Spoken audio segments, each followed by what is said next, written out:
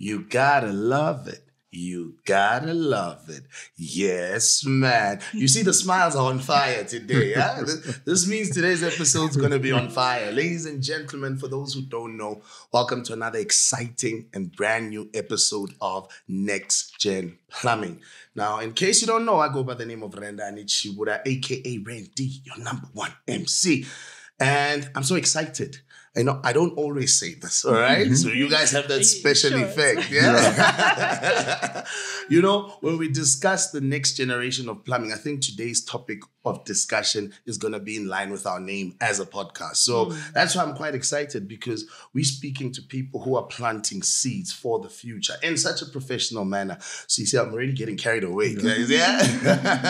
But nonetheless, ladies and gentlemen, today's episode is going to be simply inspirational and exciting. We've got BluLever Education in the house. Now, our first guest, let me do it Queens then Kings, right? Yeah. Is that okay? Our first guest, ladies and gentlemen, when we talk about leadership, she's the co-founder and co-CEO of BluLever Education. Make some noise. I wish there was some effects for the lovely Jess Roussos. Did I get that right? Perfect. Yeah. Absolutely perfect. Cool. Jess, are you well? Very good. Thank you so much for having us. Super excited to be here. I think it's long overdue. Absolutely. It's long overdue. And I know you're not rolling alone, right? Now I had to make sure I practiced the surname perfectly before we started the show. And I hope I don't disappoint you. He's the plumbing facilitator at BluLever Education. Ladies and gentlemen, Mbengwa. You got it 100%. I even gave that fire. That's hundreds. That's hundreds. I'm glad. Thank you so much. I know that you guys have such a tough and busy schedule, especially during this time of the season. Yeah. All right. But there's no ways we can leave this topic of discussion. And I have to say this. I mean, your first generation or group of plumbing apprentices is completing its final year of studying. Absolutely. Meaning they're getting ready for their trade tests. Absolutely. I mean, it doesn't get bigger and better than that. It's a milestone. Yeah. This is the first group. This is the first generation. And I mean, I'm sure there's a lot that you want to touch on, you know? And for me, I think that the main topic of discussion today is after they've become or passed their trade test, obviously they're going to align themselves with the professional body, which is the PRB, where they go through that induction process where they understand standards and rules and regulations, and then they become a qualified, licensed PRB plumber. So I think I've said a mouthful, but enough about me talking. All right, ladies and gentlemen, Jess, MK, I think for those who don't know you, all right, let's give people a bit of a background about who you are, how you got into this education stream, and how you became part of BluLever. Please, the doors are open. We can start it either way. Yeah? Yeah, absolutely. Well, I can share maybe to start. 100%.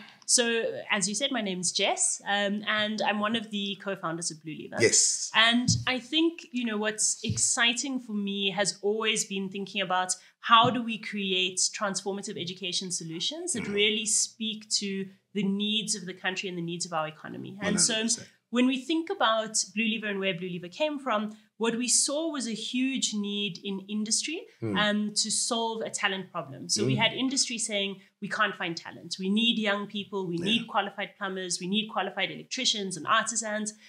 We had lots of young people who were unemployed, but somehow those two things just weren't coming together. There's a gap between There was a huge gap. Yeah. And so we said this was kind of the perfect storm because everyone knows that this kind of technical and vocational education is important, but none of the solutions that were happening were really quite getting there. And so that was kind of the genesis of BluLever, where we said, okay, there's something we could do here. There's somewhere we could make an impact. And BluLever is not about reinventing the wheel, about doing something, you know, brand new in a very different way, but it's about saying, how do we take best practice? How do we look at what works in the education industry in different spaces, and how do we bring that into the artisan space to build successful artisans and to help build artisans in their careers? With quality, of course. Absolutely. I mean, that's the 100%. secret weapon, right? Yeah. There's that direct element of quality that you offer amongst other educational institutions. MK, let's talk about your journey, you know, and how you became a part of BluLever. Were you always part of the educational sector? So let's talk to the people who don't know who MK is. I want them to know you after this, MK, yeah? Yeah, I would say MK is a plumber, apprenticeship trained as well. Yeah. And then I've been in the education sector before joining BluLever, like 2 days back. But then looking at what BluLever is and what it stands for, I found a home there. I didn't believe this is the right way of training plumbers. Yes. And looking at my journey as an apprentice as well, I saw like gaps in how the training went. 100%. And then like if I had the training that BluLever is about, I would have been a better plumber than I am. Come on, So it's so it's the real deal. That's the real deal. That's what you wanted to say. I think it's so important for people to understand, because obviously you guys don't just offer the technical skills. There's a broader approach that you do. You empower the student holistically. But that's why I want to talk about this first group of plumbing apprentices. You know, they're special because they're the first group to actually our babies. Where it all started. And now they went from crawling to starting to, falling over. Then they started jogging. Now they're about to sprint. You know, I want to know when did it all start with this group, and what's so special about them? You know, I'm sure there's that significant element. So, and how many students are finishing this program? So this group that are getting ready for trade test right now, there are 23 of them, and they're made up actually of our first 2 cohorts. So the first and the second group as well.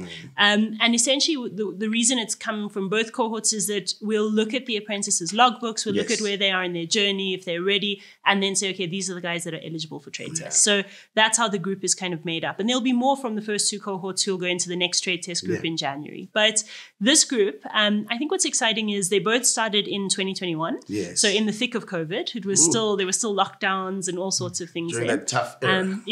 During the really tough time. And I think what was interesting for us was at that stage, we were still learning a lot about what it took to be a good plumber and a good artisan. And what's interesting is that young people obviously are looking for opportunities. So we know that young people need opportunities. And so a lot of the time, young people will apply for opportunities that they are not necessarily suited for because they want something, which you can't blame them, right? So of course, they want to make something of themselves. They want opportunities.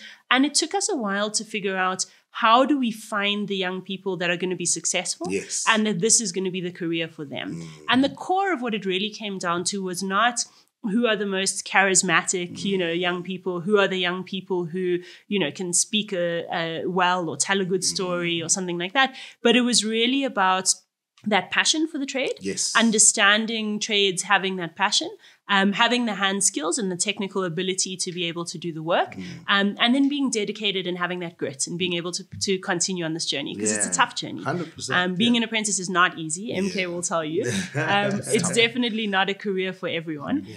But I think we're super proud of this group because these are the guys that, even though we didn't really know how to select the best, group at the beginning, these are the guys who've stuck with it, who've made it, who have come to this point and really have all of that behind them.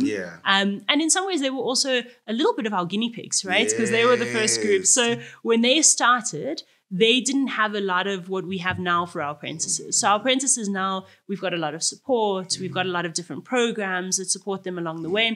And these guys were, there was not a lot there for them.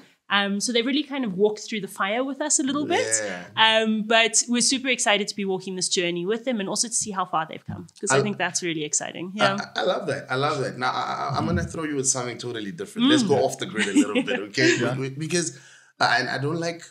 we always tell the beautiful part of the story, but there's also the semantics. I always say being an educator or a teacher is a calling. You either have it or you don't. You gotta have patience. You gotta, and I'm sure, MK, you work with these students directly, right?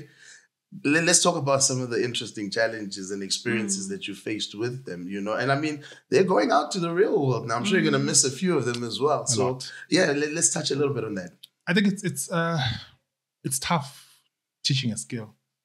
So like we don't necessarily teach. We kind of like facilitate, but then facilitating for someone to grab a skill and then go with the skill into the world is very tough. But then we have got programs that kind of like support the technical side of it. So like you can teach hard skills to a certain extent, but then if the individual does not possess what you call soft skills, of which we are like we are masters in soft skills. Come on, you must say it again. They are masters in soft skills. We are masters in soft skills. We drill it in. Yes. Yeah. So like, about time, it's about how you manage your resources and stuff like that. Like it's that whole part that makes it then easier for me to bring in the hard skills part. 100%. Yeah. So if you have that support from the soft skill side of it, yes, and then giving them the journey, say like, this is your journey, this is my journey. Yeah. So if someone is in charge of their own destiny, come on. Yeah. So like you don't kind of like spoon feed them. Yeah. Yes, you are there to facilitate. Yeah. And then they are in charge of their own journey. Yeah. So it makes it easier for you rather than saying, you mess it up and then I'll fix it for you. No, you mess it up and fix it yourself. So I think I love that. This was something that I know, MK, you had to learn a lot. Was this tough love, right? Tough love. Because MK, when we say that these appies are our babies, they're very much MK's babies. Yeah. And there have been a lot of conversations that we've had where MK's like, but they're struggling and we have to look after them and we have to say, MK, they're going to need to stand on their own 2 feet, 100%. right? And so you need to give them that tough love. You need to give them those skills and those abilities to be able to go out into the world and to perform and do good work. And I think we've ultimately seen that come to fruition because 100%. We've seen these guys really already making a change in industry, 100%. Which is super exciting. You use the right word, change. And I'm saying these are game changers, all right? We've seen in the industry people who actually have tremendous experience, but struggle because of the lack of soft skills. You've got the quality, you know how to do the work effectively and probably to its highest level of professionalism. But with the lack of knowledge on how to operate or manage a business, marketing side, growing or exposing your value to the public, that sometimes has become a downfall for people who are in the industry. But you guys have taken a totally proactive approach in this because you've geared them up, to face the world, and which is what I like. And for me, I think the next question is, what are the hopes, especially for BluLever, when it comes to these youngsters? What are you expecting to see, and what's the desired outcome from a long-term perspective? Yeah, I think this first group particularly is going to be really important in our story because they are that very first group that are going to serve as role models for the future. And so I think what's important is that, plumbing careers, artisan careers are not something that's very well known for a lot of young people. It's something that they're kind of just exploring or figuring out. And so having relatable role models who've gone through this journey, who you can see where they came from and where they are now, and you can see that success that they've built is super important. And I think it's something that actually I remember when we were first starting BluLever, I asked this question because what we saw is that if you look at the electrical industry, for example, so you look at electricians, there's loads of black electricians, right? But there are not a lot of black plumbers. And I remember asking this question, and I kept asking, and someone said to me, you know what? In every township, there's a black guy who lives on my street who knows how to work with electricity, but there's no one who deals with plumbing, right? And so there are no role models. There's no one there for someone to look at and go, oh, my uncle who works with plumbing, who works in this industry, who's now successful, who's got us there, except for MK, he's everyone's uncle. But I think this group of young people are going to become that role model and are going to become someone that other young people can point to and say, okay, this is what it means to be successful in this industry, and this is where I'm going. This is the path that I'm on. And I think that's true for young people, but it's also true for employers 100%. Because one of the things that we know is that in our industry, unfortunately, we don't have a huge culture of training. A lot of employers are not used to taking on apprentices. And when we do place apprentices with them, they're often doing it for the first time. They're trying it out. They're a bit skeptical. They want to see. And so this group of apprentices will become a proof point for those employers as well. And what we've seen is that our employers, our partners, are super excited to take them on board as fully qualified plumbers. And some of them have already indicated that they're going to be offering permanent positions, that they want to keep these young people in their businesses because of that value that they're adding to industry, which is super exciting. That's the beautiful part about it, because you've already aligned them to a long-term position you know, of sustainability. And I mean, economic, financial growth as well. And then, you know what? I get so passionate about this discussion, you know, because think about it. When we get to travel around the country and you're engaging plumbers, non-licensed or so-called plumber, the handyman who does everything, right? Who works with plumbing as well. you get to see that, the reason why there's certain stereotypes around this industry and people don't view it glamorously is because there's that lack in professionalism, inverted commas, professionalism that people think. They think plumber, they think the toilet guy. I can't wait for the day where there's a table gathering, there's a lawyer standing there saying, I'm a lawyer. There's a doctor saying, I'm a doctor. And there's a plumber that says, I'm a plumber. With that confidence and with that, when society also gives back that respect. And I think if you look at the long term with your approach, this is going to bring dignity to the industry. Absolutely. And for me, that's why it's history in the making. I told you this episode is going to be exciting. I told you, Okay, let's talk about the impact of these appies. What impact do you think they're going to bring in society? And I think maybe we touched on it a little bit, but because you are more in the core detail and you are a plumber yourself, you've seen now the old school, I don't want to say, let's say the vintage quality, let's stay away from old, and you've seen the new fresh energy come in.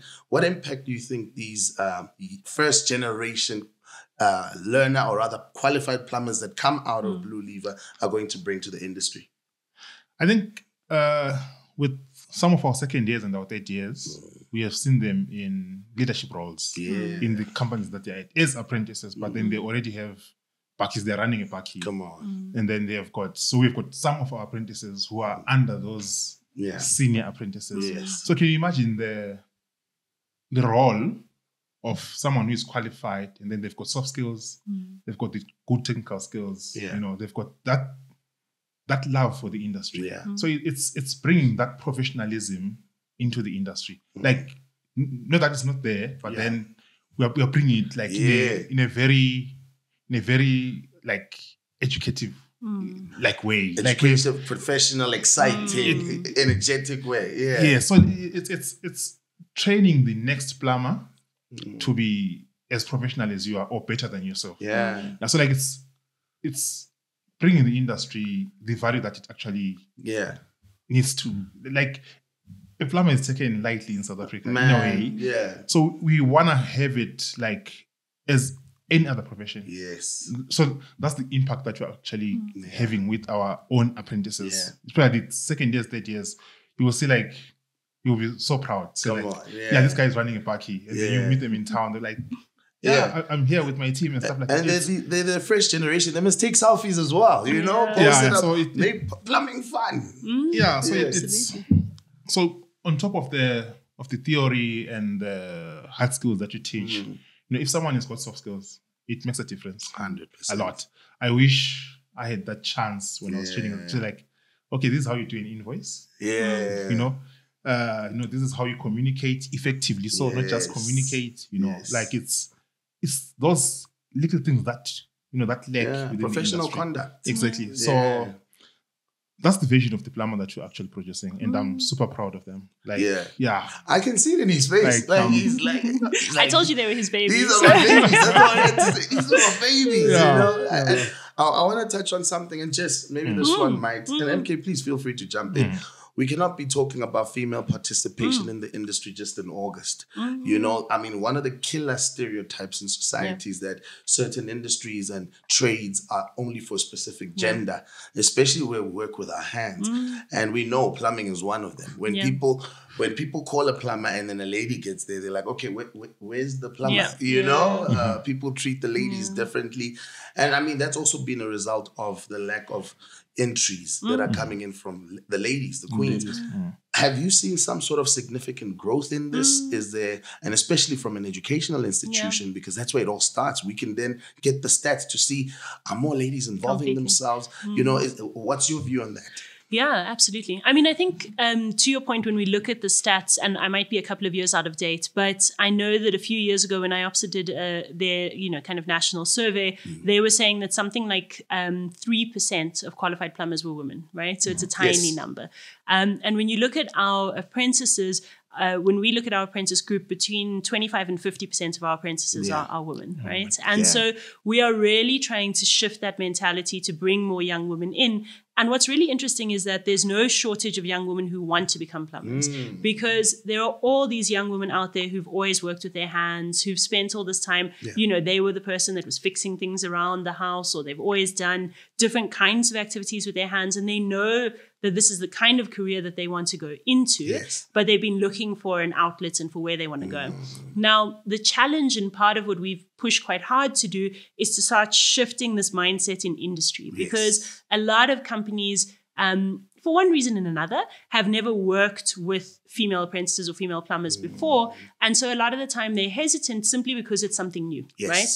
And so they're looking at how will it work? What will it do? What will it look like? Is this going to benefit my business? And how do I think about it?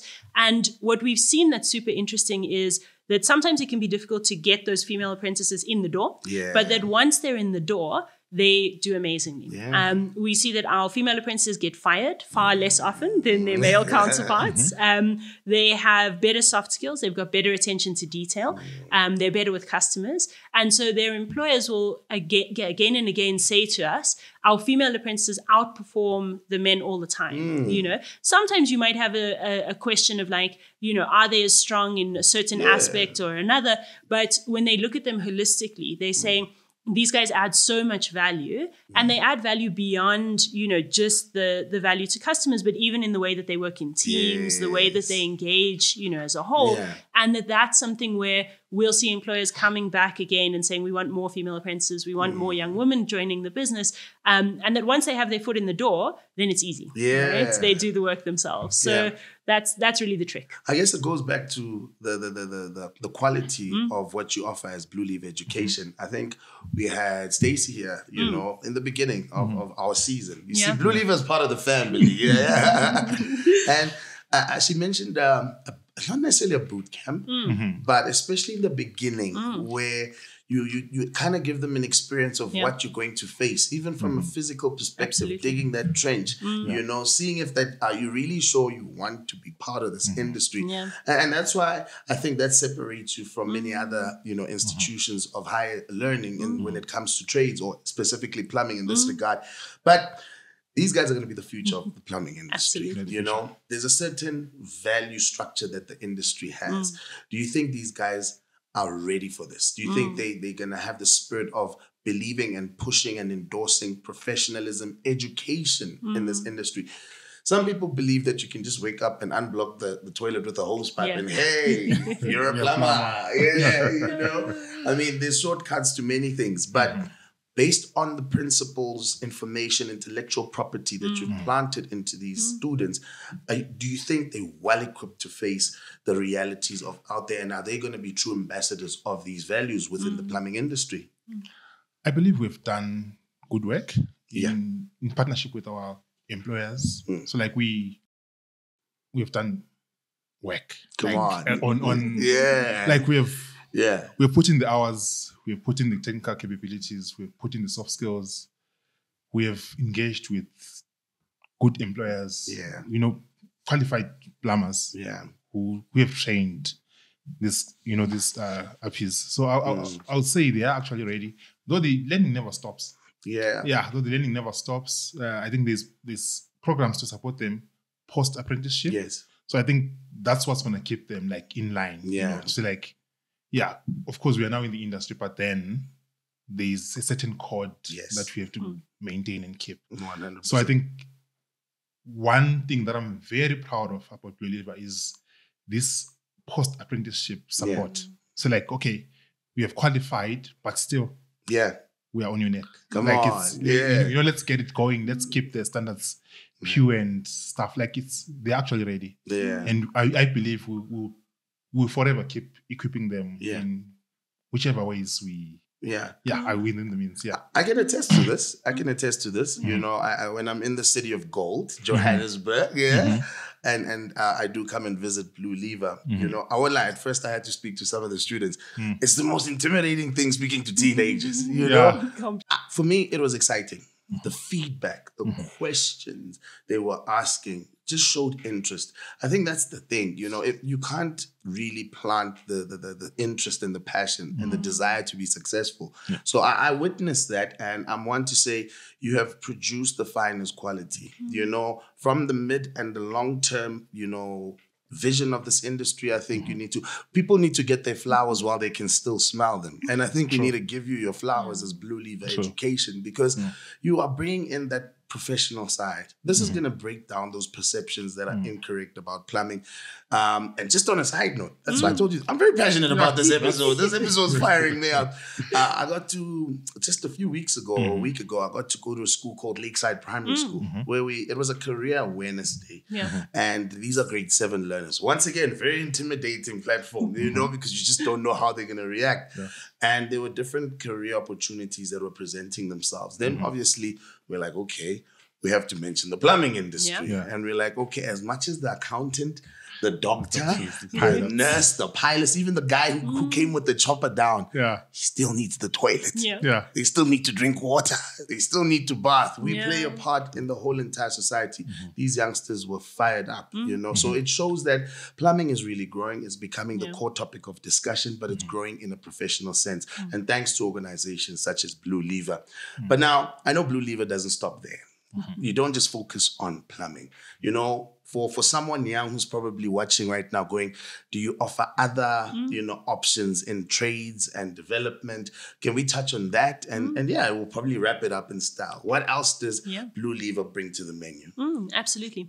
So I think what's super exciting is that plumbing was our starting point. So that was where we got started, where we really built our base. And then over the past couple of years, we've now started to expand and to grow. And so last year we opened our electrical apprenticeship, which was super exciting.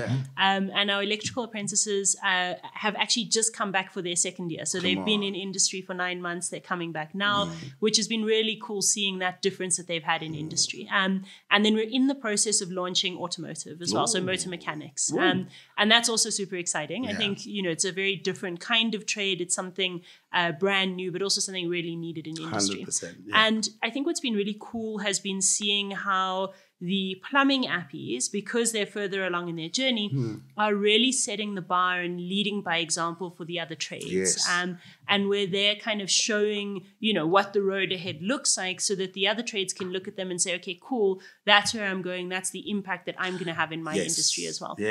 Which is really exciting. And I think to your point earlier, when we think about this professionalism, when we think about how we start to shift the narrative when it comes to plumbing, this again can be something that you know, is then looked at by other trades, where other trades can take that as an example and can think about, okay, how do we do that in our industry, and how do we start to push that narrative as well?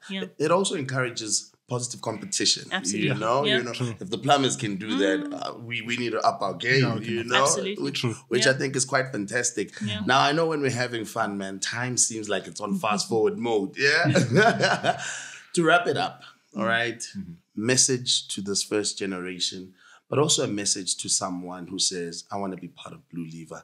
You know, what words of encouragement, gratitude, you know, do you guys want to leave them with? I would say trades are the future.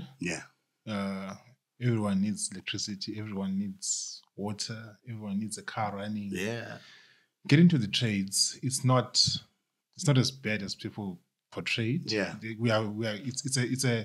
It's a professional setting.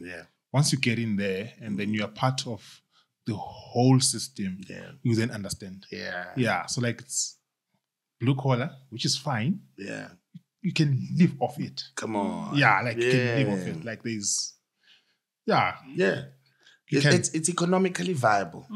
And thank you for actually touching that. Most people, another stereotype.